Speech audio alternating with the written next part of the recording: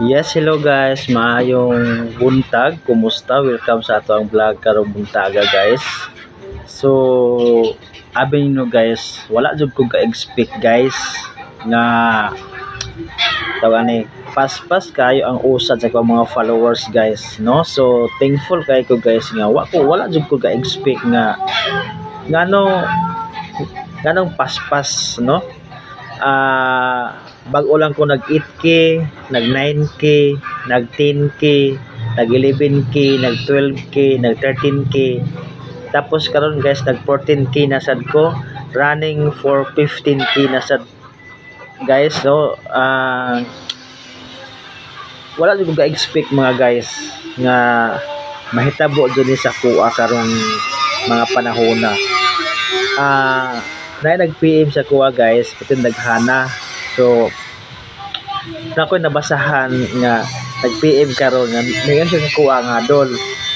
Giunsa man nimo or unsa may technique nimo nga kanang daghan may mga followers nimo. Unya ako is dugay ko taga-adlaw ko nag-post pero dugay ko kaayo nakausad. So tiyaga lang gyud siya mga guys, no? Tiyaga lang kita kay wala mo ta kahibaw mga guys kung unsa ang mga videos nga ipakalat ni Mita, no? So either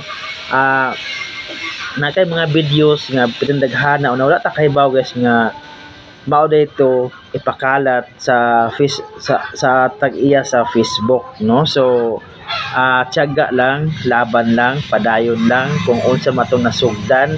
Ayaw lang jud pud mo kainggit nga ang uban dagko nag-followers, ang uban daghan nag mga viewers. So padayon lang guys, post lang ng post kay ngano sa atong mga videos guys nga atong ipang-post wala ta kahibaw kung asa ana nila nga mag-viral, asa ana nila nga i-recommend ni algorithm, asa ana nila nga i-recommend ni Mita ang atong mga videos, no? So padayon lang, no? Kaya ako guys is wala yung food ko nag-expect guys nga in a one day guys nakuha ako ng 1,000 followers. So dako kay nagkatabang guys nga taga-adlaw bitaw guys nga nakay 1,000 nga mo-follow. Bag-o lang jud ko guys nga nag 8k, nag 9k, hantod nag 14k na sad ko karon guys. Nag running 15k na pud ko karon mga guys. Nahog na siya og 14,200 followers na.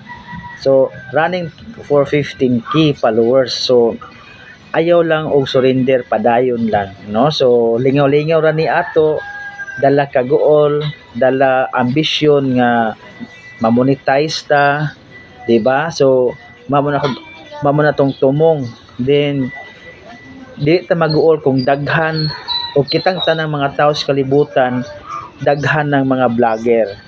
Pero dili pa na matawa og vlogger gay nga once nga gamay pa kag followers wala pa ka na monetize dili pa ka vlogger ana. Kay ngano nay daghang uban nagsugod pero wala ka lahutan ning surrender og ning undang sila.